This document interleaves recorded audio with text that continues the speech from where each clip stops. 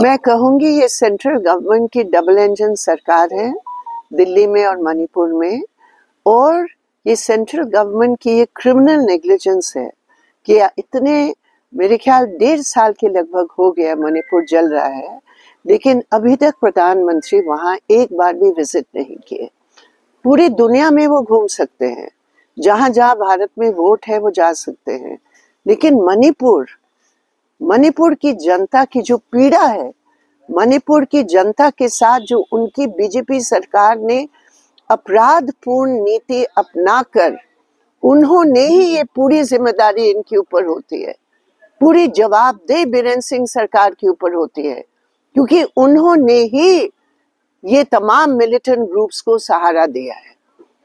और इसीलिए ये सबसे बड़ी बात है पूरे देश के सामने, जो यहाँ आके झारखंड में आके महाराष्ट्र में आके जहर फैलाने का काम आज कर रहे हैं, उनको बोलो मणिपुर में जाकर वहां अपनी जिम्मेदारी को पूरा करो। ये अमित शाह जी जो गृह मंत्री है, प्रधानमंत्री, उनका एक ही काम है, झूठ और जहर।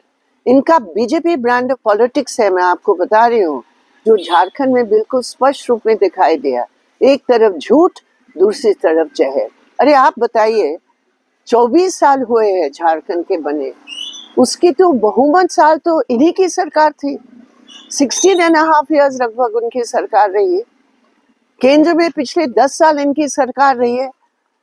और ये जो शब्द है घुसपैठी की, ये शब्द भी कितनी अपमानित शब्द है। अगर वो इलीगली आ रहे हैं हमारे देश में, जो कानून है उस कानून के आधार पर उनका पहचान करके बांग्लादेश सरकार के साथ बात करके आप उनको डिपोर्ट कीजिए। लेकिन आप केवल और केवल प्रचार के लिए ये मुद्दा उठा रहे हैं, क्योंकि झारखंड हाई कोर्ट में जब पिटीशन की जवाब में सेंट्रल गवर्नमेंट को बताया गया, उनका क्या जवाब था?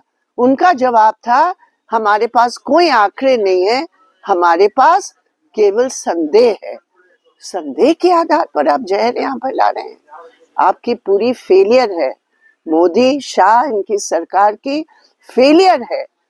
कोई भी यहाँ झारखंड में काम की बजाय इन्होंने झारखंड को लूट खंड बनाया है, और इस हकीकत को छिपाने के लिए आज वो एक विशेष कम्युनिटी के ऊपर इस प्रकार का आरोप लगा। महाराष्ट्र में भी गए। महाराष्ट्र में तो निश्चित है कि महाअघाड़ी विकास गठबंधन का एमवीए का विजय होगी, जीत होगी। और झारखंड में तो बिल्कुल स्पष्ट है, क्योंकि पहले चरण के चुनाव में ये बीजेपी कहा है, अब बीजेपी है ही नहीं, इसलिए यहाँ इतनी डिस्परेट होकर वो एक के बाद एक यहाँ उनके मंत्री आकर यहाँ लोगों को भ्रमित करने का प्रयास कर रहे हैं, आदिवासी मुसलमान के बीच में दरार पैदा करने के प्रयास कर रहे हैं। तो ये सफल नहीं होंगे, ये सफल कभी नहीं होंगे।